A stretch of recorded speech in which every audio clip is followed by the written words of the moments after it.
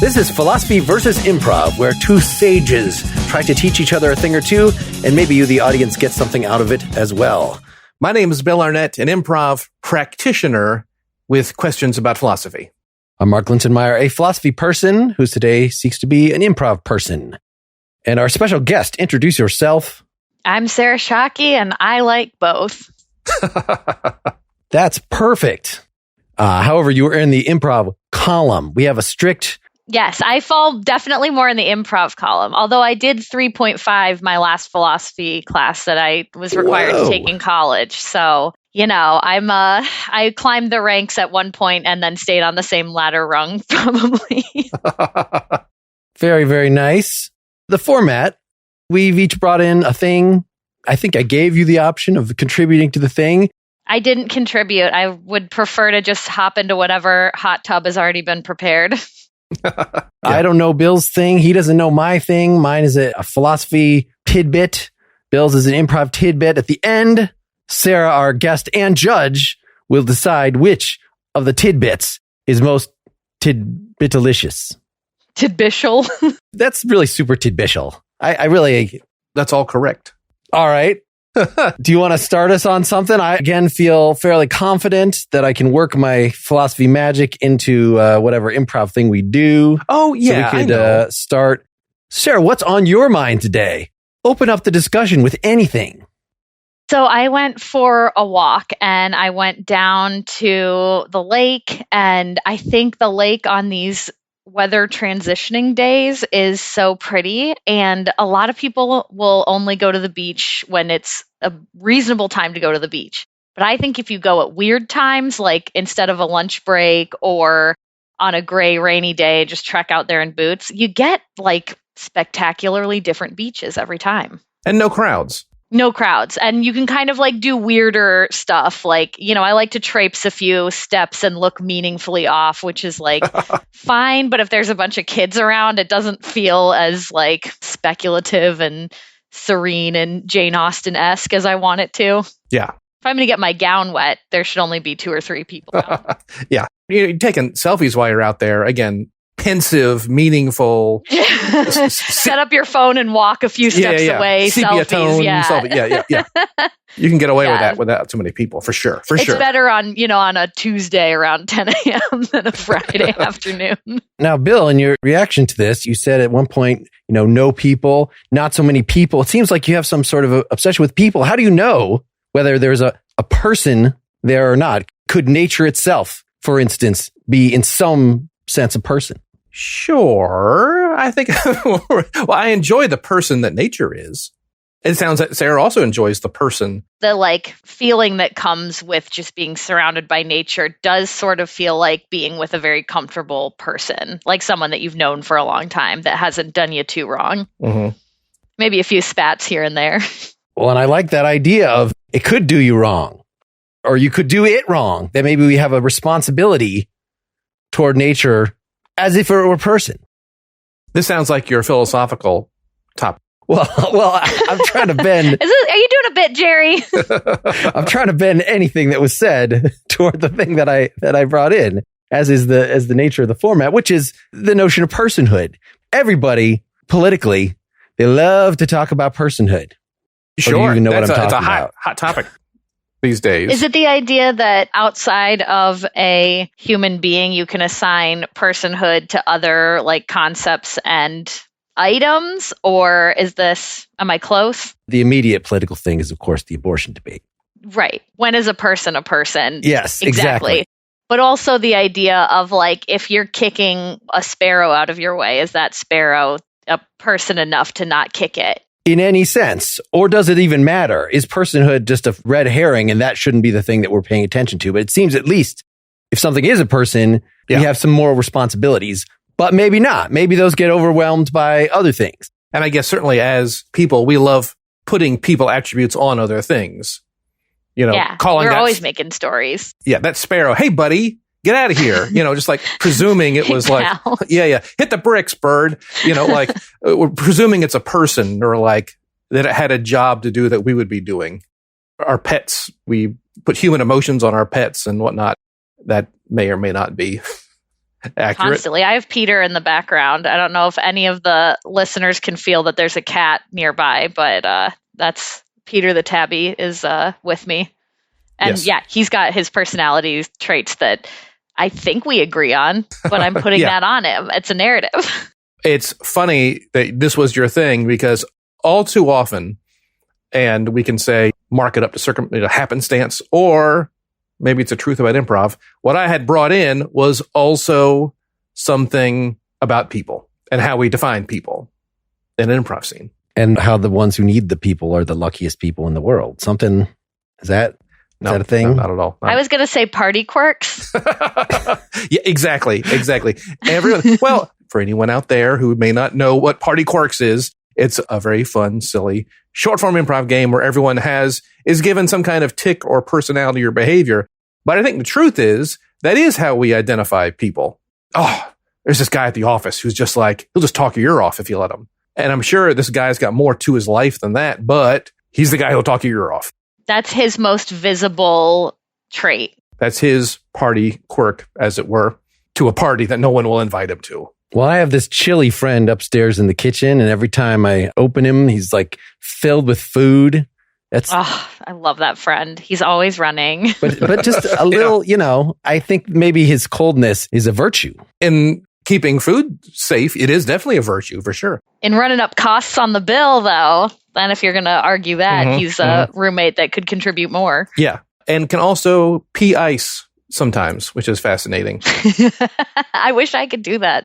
There's some winters or summers where that might be a fun trick, Can you pee crushed ice? Oh, let me. Give me a couple minutes to concentrate. I got to work up on this. Yeah.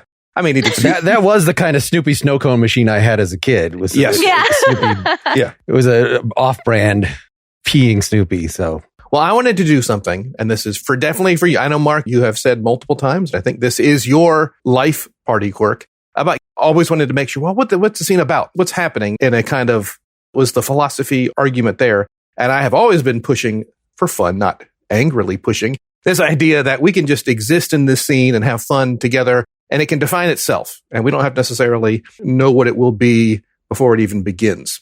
Yeah.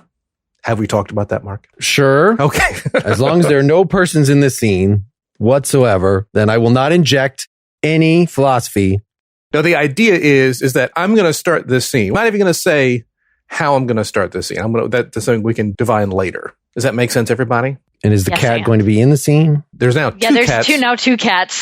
There's a possibility that a third will join, but then after that, if there are more, it'll be confusing.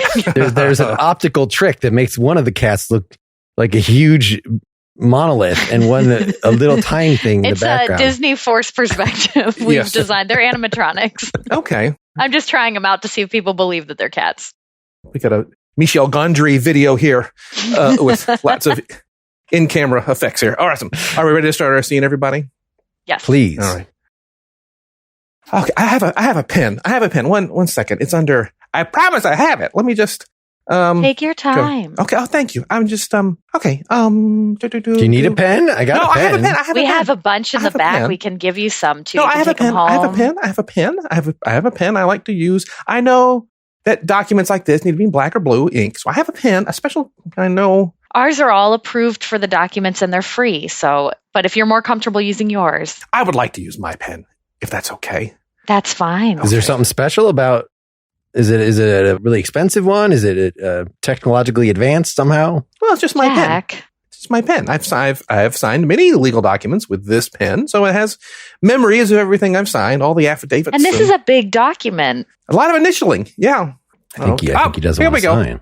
Wait, here we are. Don't put ideas in his head before he's made the decision himself. Did you find it? I found the pen. It was in my day runner. I still use one. Oh, I still use one. All right. And are you going to be bequeathing that as part of the document, the day runner? I mean, we get that? Oh, I did not list it. Should I have listed that specifically? Yes. Yeah, you should definitely. I think it falls under the umbrella of assets, don't you? Well, it's certainly an asset to me. Yeah, we can nitpick, so to speak, and decide the specifics later. But if it comes down to the Rolodex, we'll just go with assets. Okay. Well, I mean, now that you're saying this, now I'm thinking back, I probably have many more assets I should list also. Okay. Well, we can do a renegotiation. That's fine. Is the pen itself listed as an asset? I think It doesn't sound like it is, Jack. the pen might be. And how many more pens do you need, really? I'm just this whole. I'm rethinking. I'm rethinking everything at this point now. Of course. That you've made me. You had expressed through your devotion that you were going to make this substantial bequest, and it was going to be really impressive. The sacrifice is the important thing. I mean, the pen itself might not be worth a lot monetarily, but clearly it's worth a lot to you. So it would really show your devotion. You have a fine organization, and I think that's great. And I love the outreach you do. Some people have said that it's a scam, that it is a hustle, that it is some kind of, that it's a pride. I shouldn't be doing this. But we don't use those sort of crunchy words, scam and those, they crunch out. We use smoother words like organization, holistic warehouse, friend to the needful types. I gotta say, since I started... And haven't you been a needful type before? Since I began taking your seminars, my productivity and emotional stability... Were you taking them, or Jack, was he taking them, or was he enjoying them? Good question. I feel like you were giving in the act of taking. Yeah. I certainly participated. And I signed up for... And you gave us highly satisfied remarks in most of the ones that you scored highly on yourself. We got the feedback back. And don't you want to give when you receive? I certainly, and I think if anybody could be a part of these personal management seminar program...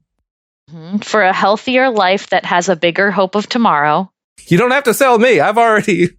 Okay, but I just, going back over this, I have no children myself, but I do have some step nieces and grand nephews who might feel that some of my belongings, my earthly belongings, when I pass, might be their property. So you're concerned that they're not also getting involved in this. That's definitely something we should look at. Let me put it to you like this. If it is your intention to destroy the land, would you rather invest in 7 tiny tornadoes or one big giant tornado that can level it flat in 30 seconds? I have never considered that analogy of tornadoes. Well, you've never been this close to withdrawing all of your assets from our organization. You're getting into the real deep stuff here. Fair enough. Look, I'd hire the one big tornado. I think that he's got a tornado in his soul already. I can feel it swirling around. You got thoughts. Look, I understand. When you get down to the moment of signing, it's natural. I took the seminars. I understand about my inner tornado. You're starting to sound like you might be interested in a leadership position with us. Maybe you're not just a participator. Maybe you're a teacher. Is that available? Is that honestly available? Anything is available to those who give enough of themselves so that the whirlwind enters into them, and then they can spray it out to all the land. And we will be updating the website soon with a form where you can submit for your application. It's just right now, we've been kind of redoing the website for a little while. I remember in class 4, when we got started at 5:30 a.m. before breakfast, I remember the introduction of the concept of the personal tornado. And sometimes tornadoes leap over houses. Sometimes tornadoes make a horrible path. I don't know why I'm telling you this. It's good to spit back what you've heard. I mean, it's called reading comprehension, and we've always tolerated that as one of our higher values. And I think that maybe this is the opportunity for the tornado to destroy my home so a new home can be rebuilt. And perhaps I'm the lucky one for the tornado destroying my home. And I found my pen. Look at you signing away already. Here we go. There we go. Right. See, Jack, I told you. Just a little patience goes a long way. Okay, great. Wow. Okay. So I'm part of the team. I'm part of the team now, I guess. Yep. And you've earned the right to have exclusive use of this watcher that you're going to place in your. So it's about a 3-foot tall statue, and it's going to replace all of your other belongings. It is just going to be your companion. It's going to watch you. It's going to make sure you stay on the straight and narrow, and it will swirl around. Those blades are real. And the flip-flops. You get the flip-flops for when you're inside your house. Yep. Good. I have gotten rid of all colored clothing from from my wardrobe. Don't worry. It's all between black and white, as you would. Gray. Wow. Well, I feel unburdened, and I feel like I can really go out there and be the master of my own person. And there'll be little, the stands will have drinks and just kind of, talk to people. The party's going to be going for another couple hours. So thanks for stopping in the office and enjoy the bounty of community. Yeah. Well, the watcher is going to be brought to your house, and you will have to do the piss test in it every morning just before it lets you out. I mean, that was in what you signed. So you knew that. I have to pee into the watcher? Yeah, of course. Okay. Oh, that should be. Yeah, I usually pee at work, but maybe I can pee earlier. I mean, we can get you a watcher for work as well if that would help. I'm not sure if the office. You might have to sign an addendum for that. Okay, we can look into that. I just just enjoy the party for tonight. There's nothing to worry about. That's fair. Wow. Well, it feels great to be part of the team. And hey, you two, stay awesome, and so will I. Okay. Stay awesome, and so will I. That's probably good. I think that's Let's fair. Call that a scene. Yeah. I was searching for a punchline. Is that just a weakness that I want to end it on some sort of? This is why I introduced the potential of a spinning blades technology, but it seemed like it was not appropriate. Well, I think we all want it to end on a high note than a low note. I think that's fair. But then again, we also don't need to necessarily push to create that. And how far outside the scene do we have to step to create that? And I thought you were able to have all of your ends go, Mark. And this might be news for Sarah here. Does anyone call you? Do you ever get Sherrod? Sherrod occasionally, or they'll try to spell it with an S-H-A-R-A, and they know there's an H in there somewhere, but they don't know it goes at the end. Yeah. I don't mind, it travels. Fair enough. Sherrod Shockey's Sock Puppet Theater. Yes. It's your new stage name. That sounds very biblical. Sometimes when Mark would try to end these scenes, he would end up taking a very broad step away from the reality. And I thought this one was much closer to the reality, Mark. Yeah, I had a lot of fun.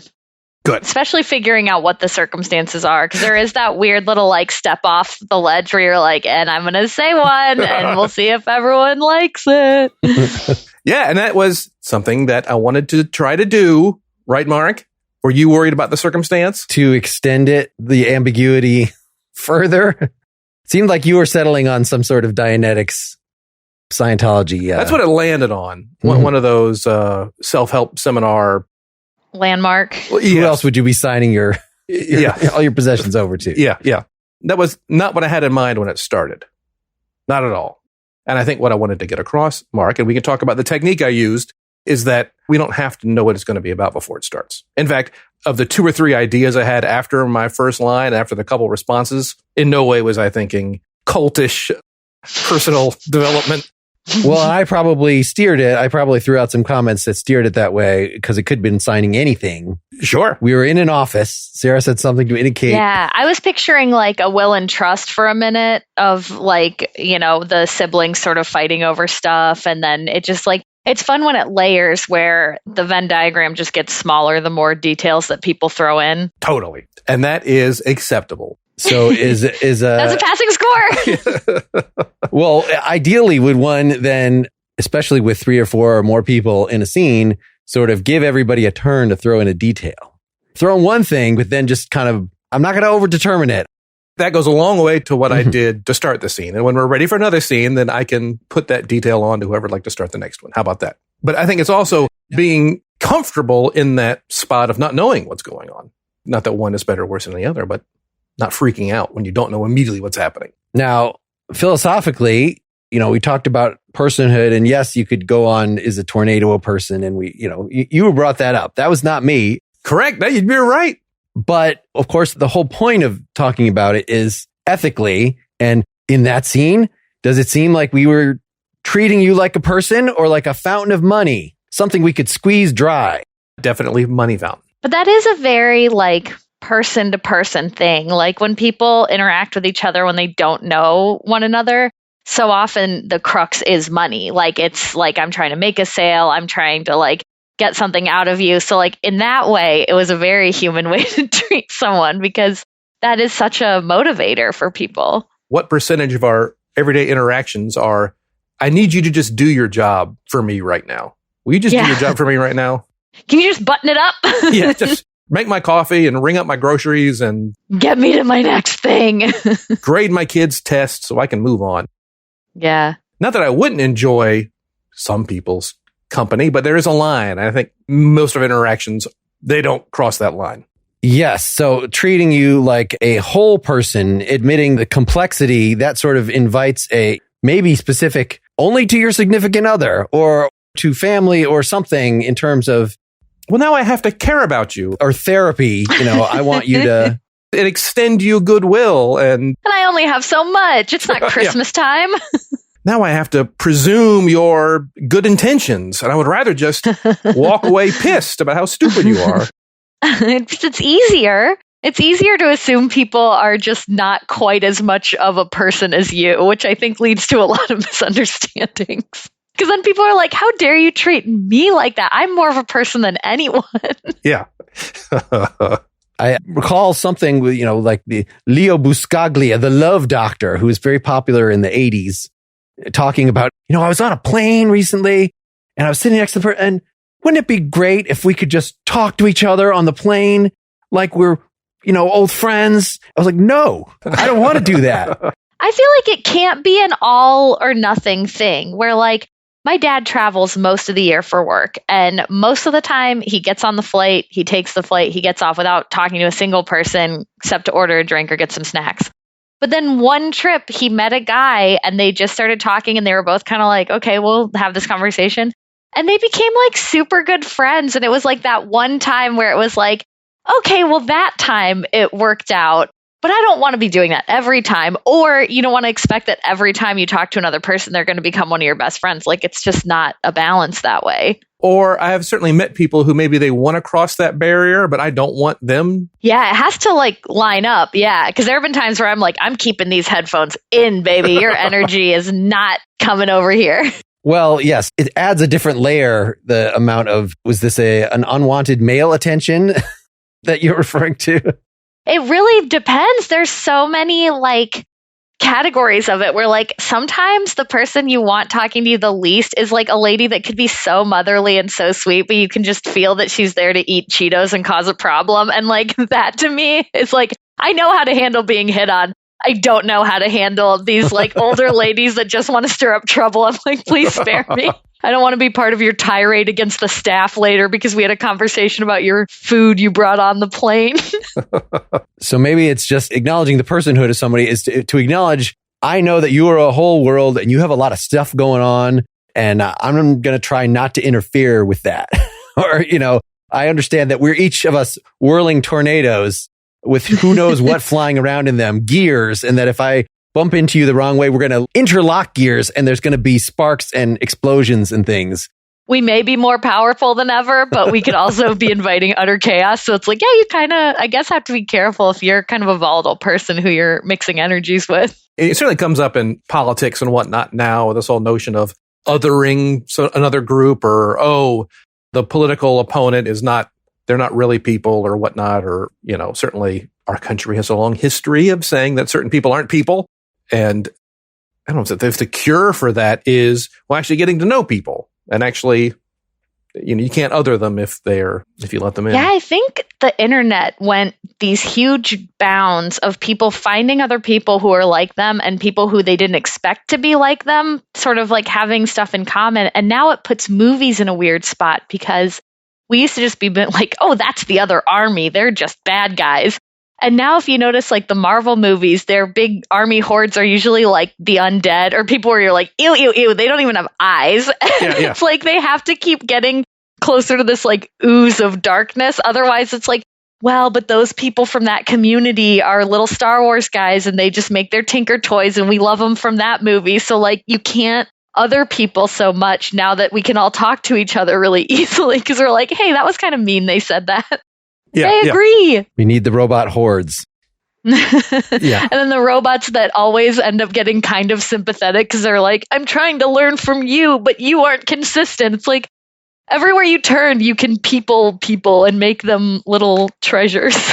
And in fact, I think there's a lot of comedy in that trying to think of some examples right now. It happened a few times in the Mandalorian show, but there are a few moments where you humanize faceless people.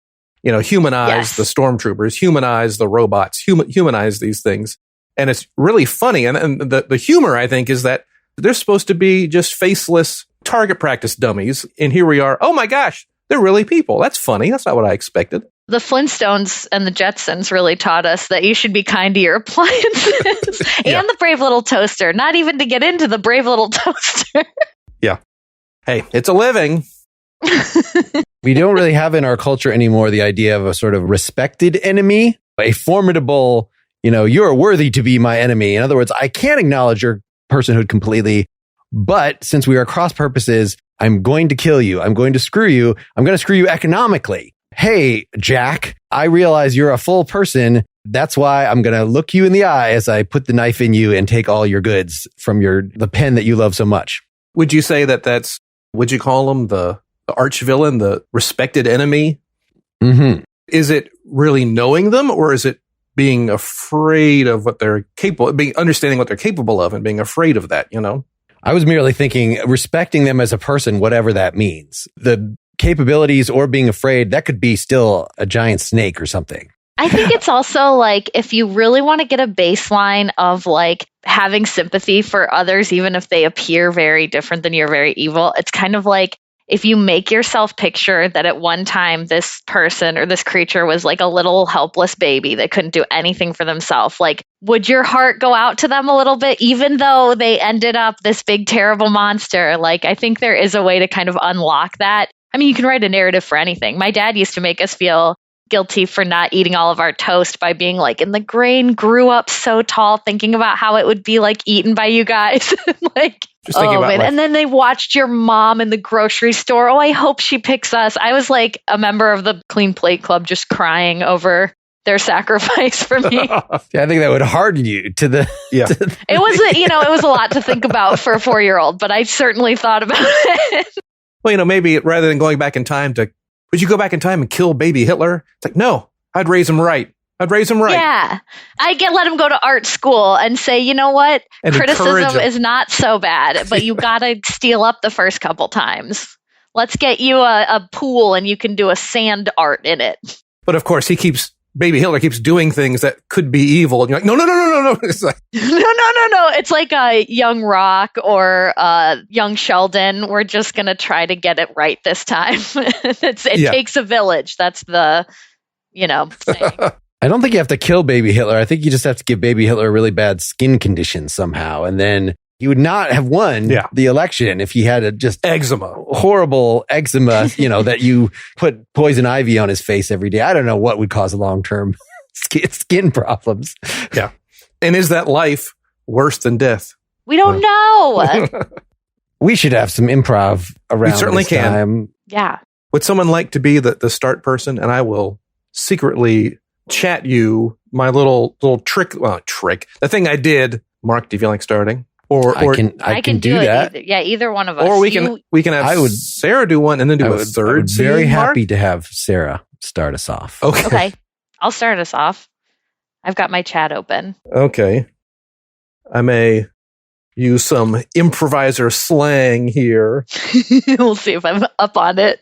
Yeah. What is a CIN circa 2011? Yeah. We're down to one cat now, so you're at disadvantage. Does that make sense? That makes sense. And there's my line too was in there. Yep. I just always used to pretend that the golf course was Pompeii, Italy, and I would go down with my notebook and try to find archaeological details about Pompeii. I'm asking you, where does your motivation come from?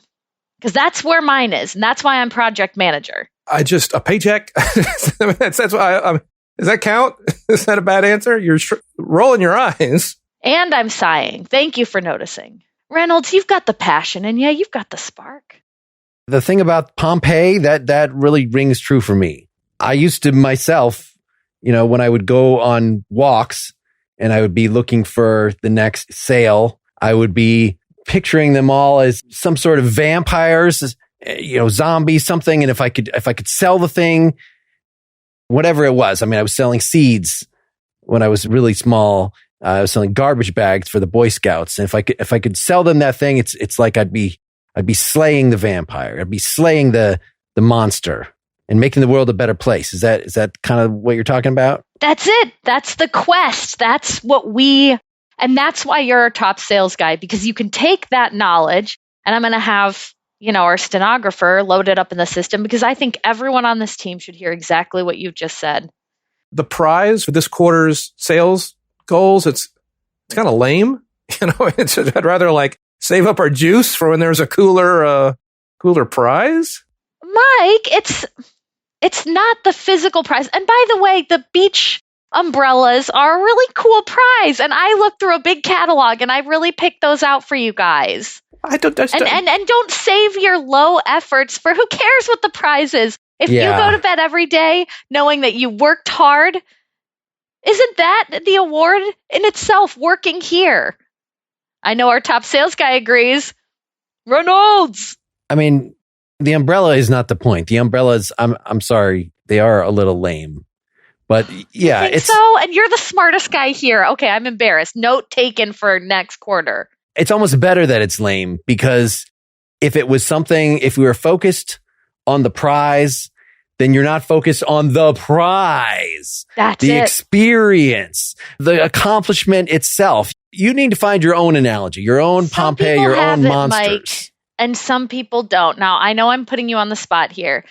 You admitted the paycheck thing first, and now I want you to reverse it, okay? I want you to come up with your own metaphor for why it's actually good to have a lame prize such as the beach umbrellas, when the greater prize is your own efforts. I just want to cut through to the chase here, okay? And I don't... it better be a metaphor, or I'm going to ring the bad boy bell. The chase is a good metaphor. Go on. Hey, everybody sharing this aisle on the airplane. I really want to watch the movie I downloaded onto my computer. And don't take it personally, but I am going to put on my headphones after a brief comment and acknowledge your presence, and then zone out with the movie I brought. That's not a good metaphor. This is like the opposite metaphor of you're amongst humanity. You can experience flight with your fellow man. And then you've got I'm just here for the paycheck. I'm just turning the volume down because I only like that song a little bit. Oh, and I bet you only breathe halfway in. Don't want to take up too much air. How is that living? I'm not on the phone right now. We're supposed to be making sales. That's a mandatory go-to-market meeting, and we're going to be in here for another 2 hours, and we don't get snacks until 15 minutes before the end. That's 2 hours. I'm not on the phone making sales. You're not on the phone making sales to begin with. You're over there playing plink clocks on your phone. Is the plink clocks the metaphor? Don't you download plink clocks, because I need you as my top sales guy, Reynolds. It is highly addicting. And let me just say, I'm not good at it. I'm only 3,000 points away from the Empress. So let me just say that. All right.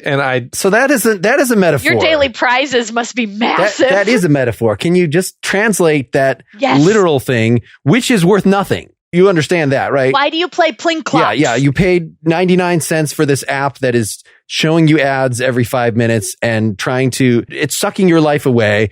And instead of doing that, literally going for the Empress, make the Empress something that, you set for yourself with your sales records, etc.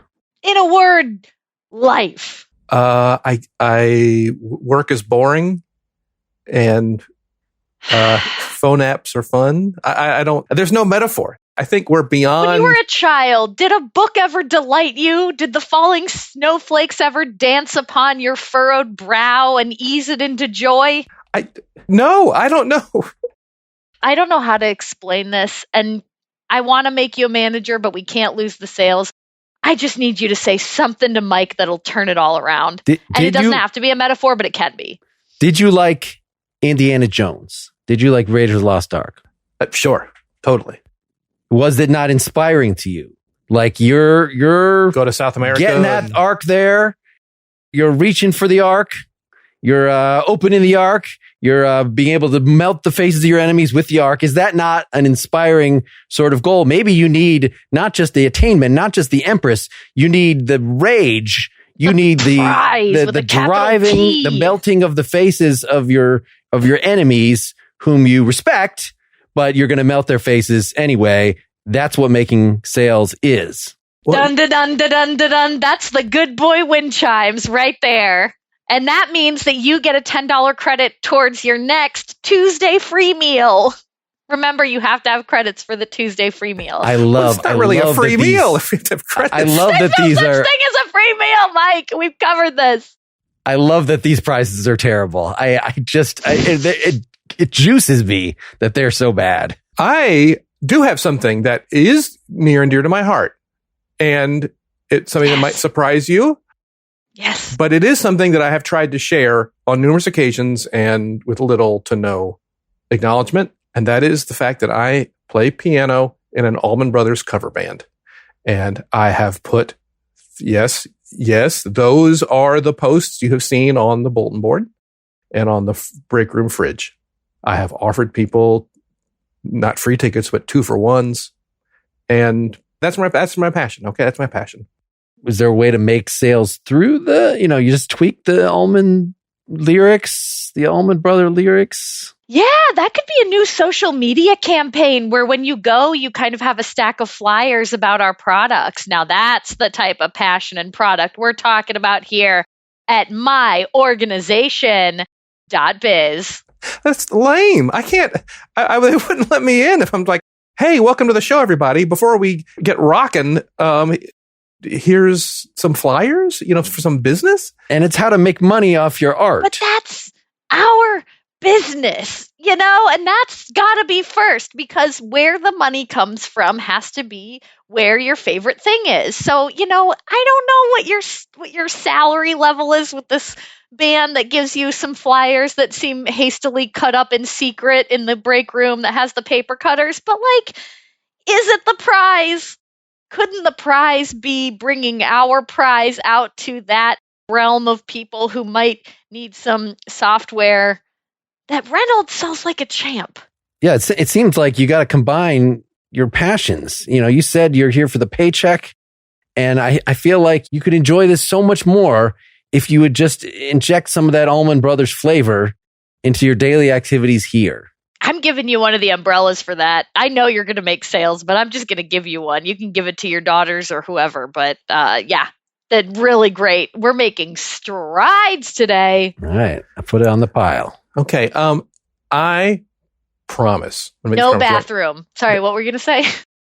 That's another rule that I don't think we got to talk to HR about that one. I really don't think. Just during go-to-market meetings, no bathroom. Because you all ruined it by not actually going and saying you were. Well, it's just a break. I'm just, freshen up. I don't have to actually use the potty, do I? I mean, I think during your sets. What we're talking about here, gang, is sales. It's the most important thing in the world. Well, write down a number of sales that you need me to make.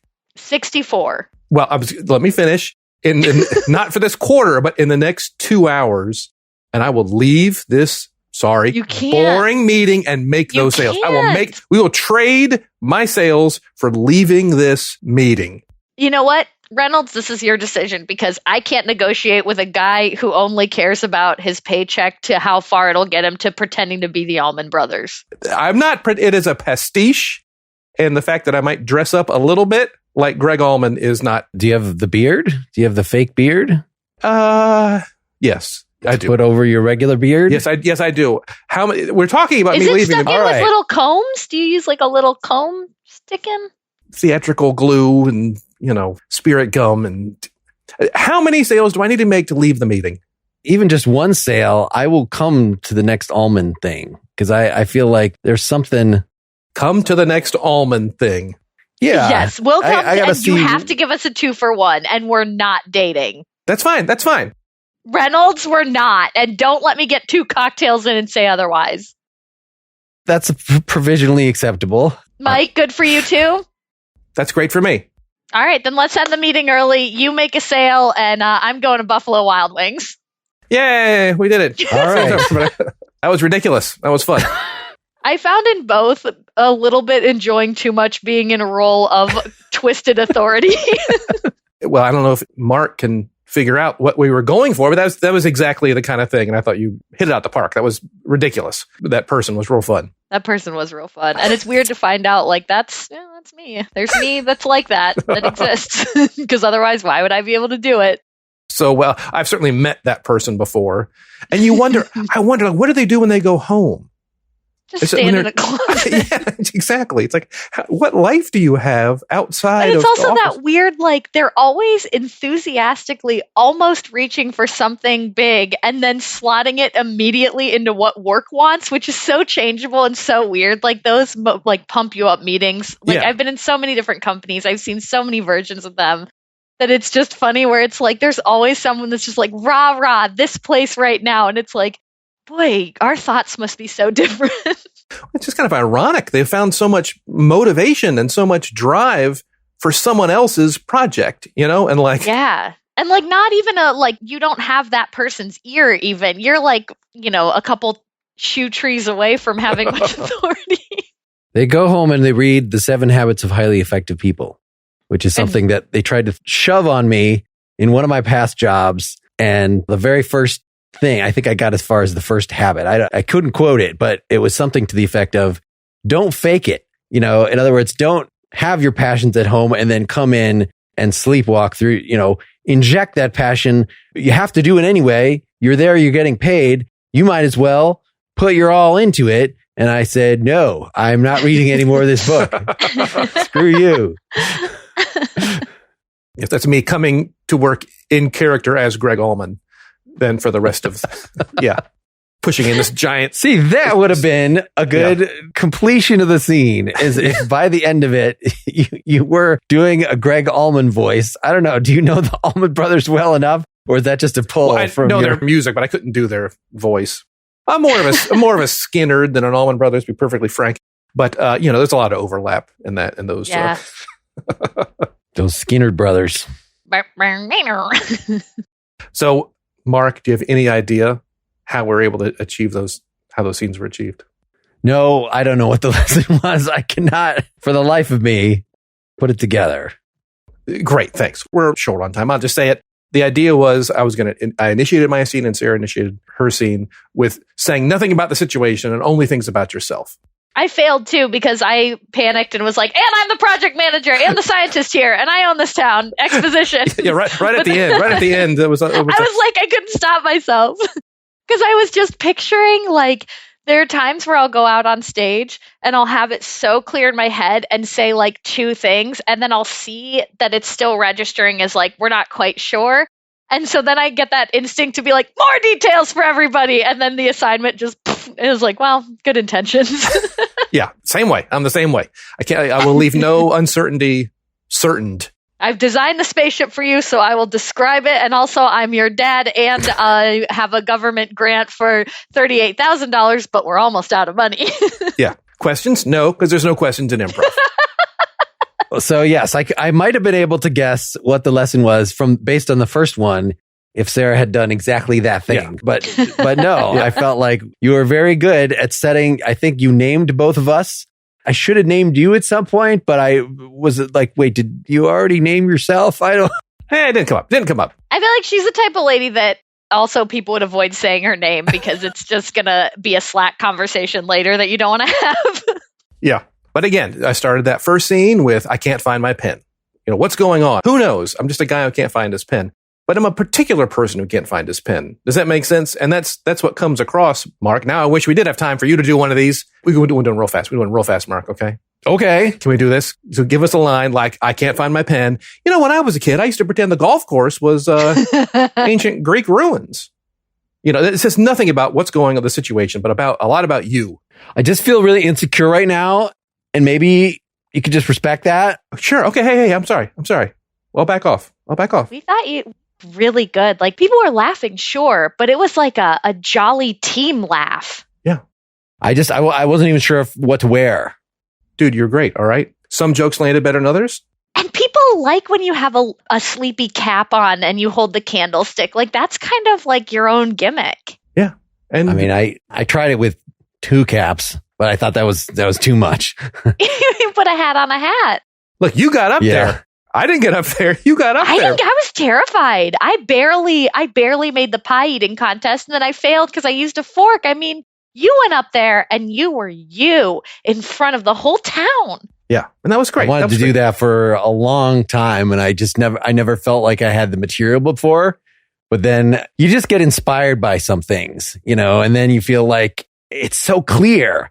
Now you pointed at that baby and went, me, me, me, me, me. They laughed so hard the baby woke up. I mean, that's comedic power. And maybe that's an avenue for your work.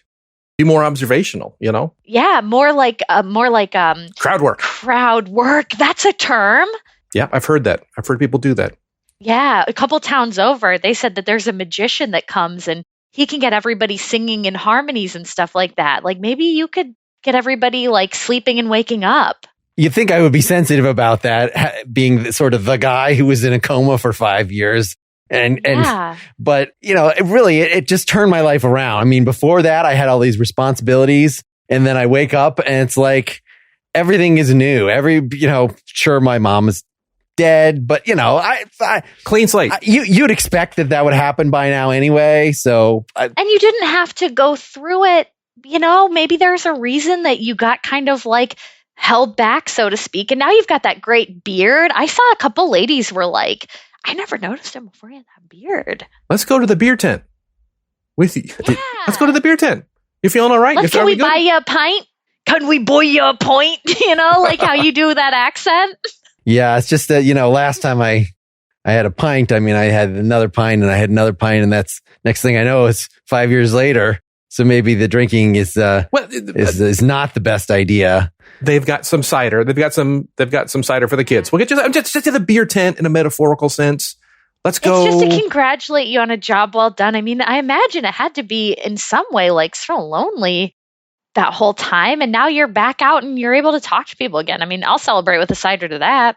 Yeah, I mean, now that you mention it, it wasn't lonely because it's like I kept living a life, and I got married, I had kids, and it's just this is in the coma. Yeah, you sort of keep on keeping on, as they say, and I just developed a whole separate dream life that now is gone. And I thought maybe getting up there and trying to joke about it would fill the void, but that part didn't really. I think the audience was just a little confused at the largeness of what you were trying to convey. Because now that you're explaining it, like I kind of understand, but it's also like that's kind of dropping like presupposing an afterlife, and people are just usually there to like have a good time. It got real. It got real. Yeah, it got like they were listening, but they were like nervous. Maybe I shouldn't laugh. Maybe it'd be rude to laugh. Yeah, because it seemed like you were still kind of figuring it out for yourself. Like it seemed like you really missed your dream family. But you didn't think the foreign accents were offensive, though? Not at all. Well, no, because if that's what your dreams are saying, then that's some sort of collective humanity that like we can't make fun of. And I think that's why that part was where people were really laughing, because they felt like they had like a license. Yeah. Okay. Because, my dream wife was Chinese, and I just thought maybe doing the voice was, it was a little risky, but like, I'm just so used to hearing it day after day. I didn't hear that was sort of supposed to be Chinese. To me, your wife had like this kind of alien like garble, and maybe that's like for the best because people responded like they had just been given candy, which at that time, the candy maker was going through with promotional treats. So a couple of those cheers, to be fair, were not for you. But it was kind of like just the vibe was so good of the audience. Like we felt like you had command over them. Like you should use that. Yeah. Come on, let's go to the refreshment tent, okay? Yeah, don't make us pull on your arms. All right, put your car keys away, or we're not leaving. You're not going home. Well, thank you both for encouraging me to get out of my shell, out of my coma, as they say. Nobody says that. But you specifically can. Yes, Other people say it's stolen valor, but not with you. Many people are, they talk about comas, but like. I was there. You should get shirts, and then maybe like at this time you'd be like selling them. Yeah, like I had a family and I was starting my kid on preschool, and then I woke up and all I had was this shirt. Yeah. Or you could do "Come on" if you want a shorter one. That's catchphrase. Pretty good. That's pretty good. I'm going to use that next time. It's all yours. The one note I'm going to have, and I'm sorry, is you need clothes that fit your body a little better. You lost a ton of weight. Your shirt looks like full sleeves. Like you look like a juggalo, if you know what those are. I don't know if those were from the last 5 years or not. I mean, yeah. Yeah. I don't know. It's a minor. I'm being nitpicky. Yeah, because we remember how you looked before and those clothes fit you perfectly. And now it's just kind of like haunting. Like, I'm so glad you brought this up, but like kind of like dust in the wind vibes when you wear those big giant clothes. And then when the wind blew, you got to laugh just on like the collective ripple of your giant pants and shirt at the same time. I'm not sure if they were really laughing with me or laughing at me now Don't that you're get in your car. Come to the beer tent. Come on. You got to hang out because you'll never know if you don't spend time with them. I think I am going to have a few beers. I think I'm going to have a few more beers after that and a few more beers after that. We'll get you home. We're going to co-pilot this whole experience. I'm coming to see you. Yay! we did. That's awesome. That was great, Mark. I enjoyed that. I did too. That was a fun ambiance. I was picturing that the sun was just starting to go down. In my mind, it was like where it was. First, I'm like, okay, we're out by the dumpsters in some alley. And then it was changed to like a barn. And then it was just like, oh, this is like the downtown, some small town. And they've got I was picturing like a 4-H fair. Totally. Like, so there are barns around and it stinks, but it's also like near the speech area where, there was, I guess, comedy in his sleepy weepy outfit. Yeah. I really like the collaborative nature of that, of figuring out what the routine was. And I did have, I don't know if it was a good punchline, but clearly the guy's going to go back into a coma. So there was some closure. He was out for a minute and he's back in, baby. Mm-hmm. Some people, they can't handle. They get out into the real world. They got a Shawshank Redemption Sandman style. They had people who went into jail and came out and like cell phones had completely like become a thing. And they were like, well, that's weird. I missed all of that. And like, where are all the DVDs? Where's all the phones? Yeah. All right. Well, I think we can reflect. I mean, is there anything else? What profound conclusions? So the personhood snuck its way into that last scene in that clearly this person was having relations with figments that were so solid and had such a narrative arc that certainly he considered them to be people. And just throw out one last point that, the suspicion might be that we shouldn't be so snooty about personhood because what we're doing when we attribute personhood to non-human objects is actually the same thing we're doing when we attribute it to each other. Even if you do have some, the lights are on, you have some consciousness there. I'm not grasping that. Based on your behavior, I'm deciding to have respect for you and to treat you in a certain way. And of course, there's lots of justification for that.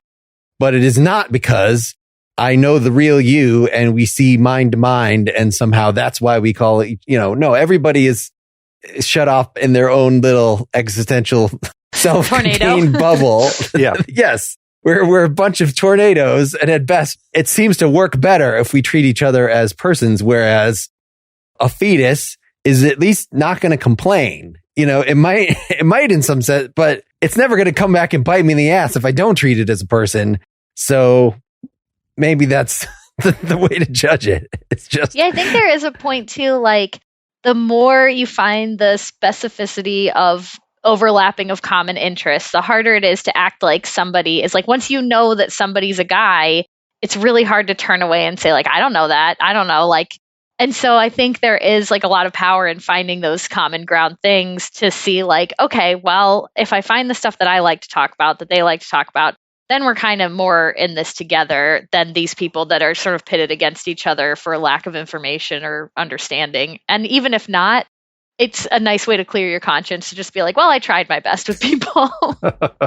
Bill, any last thoughts on, I think you revealed your improv lesson pretty thoroughly, and I actually found it very helpful, at least in the way that it played out in terms of collaboratively building the situation. I don't know if that's exactly but that is a way of, I'm going to start the scene, but yet I'm going to only take the first move. I'm not going to set up all the pieces of the game. It's walking into improv as someone who hasn't improvised. What's going on is something they think about a lot. And in the same way that literature goes from like Dick and Jane books to more advanced things, that advancement is, it's less about the situation and more about we discover who the peoples are. So in a Dick and Jane book, who are Dick and Jane? I don't know. They like each other, I guess. They have a dog. I don't know anything about them as people. It's all plot. They're running and jumping and playing. But then as, children's literature gets more complicated, eventually you get to Lord of the Flies, which is like, well, the plot is just they're on this island. But the action is driven by the characters, by the people and who the people are and how the people behave to each other. And that's the primary driver. It's not an obvious thing. It's not something I expect someone walking in the street in an improv class to see and appreciate right away, much less be able to leverage right away. But anyone who's been improvising for a long time, I think they get like, this is going to be ultimately a little more interesting, maybe a little more satisfying to do perhaps, and cooler in the same way that I would rather reread Lord of the Flies than Dick and Jane. Yeah. Yeah. All right. So we got this multi-layered thing that is personhood and its ethical implications. And we have the multi-layered building of scenes based on an ambiguous starting point. Sarah, be our judge. Woo, cuddle duds live in layers. If I'm picking the more tidbitular item, which I don't know which phrasing of that we chose earlier, but that one hit hard. That one. Yeah. I think that I will be chewing over the concept of personhood a little bit longer than the idea of starting with something about myself, mostly because that was always my anchor grip growing up as an improviser, was to like, well, when I don't know, I'm going to be honest. And that usually gets some level of honesty from the other person. Whereas I feel like with personhood and then being someone who's writing and world building, it is such an interesting thing to think about of like, well, where does it stop? Are we merging consciousness with bugs? Are we like only treating people as people? Like, what's the levels here? So I'll give you the award, Mark, but I give high honors to Bill as well. Well, thank you. The improvisers usually pick Mark. I'm not going to lie. Well, we feel very smart thinking about philosophy and not being like, yeah, I just as a kid was always making my parents watch my skits. Well, that was a detailed enough rationale for your choice that you get one of the umbrellas for sure. Yes, they suck, but I want one. Yeah, those catalogs. I have seen those catalogs. Pick the company gift, and it's just a jacket with like an unforgivable logo. Just like a chapter on mugs. It's not just like a mug, it's just options. Oh my gosh. Well, the sands of time are coming to mug us. Let us say goodbye to the public. So long, publicos. I had a good time learning from you today, Bill and Sarah. I had a great time learning from you, Mark and Sarah. I had a great time learning from you, Mark and Bill. And scene. Hope you enjoyed the show. Get more at philosophyimprov.com. If you want to support the show and not have to hear any more commercials and get our post-game segments where Bill and I and sometimes guests will elaborate on some things that came up in the episode, reflect on the future, and share our recommendations in the philosophy and comedy worlds, you can see options to do that at philosophyimprov.com/support. Thanks.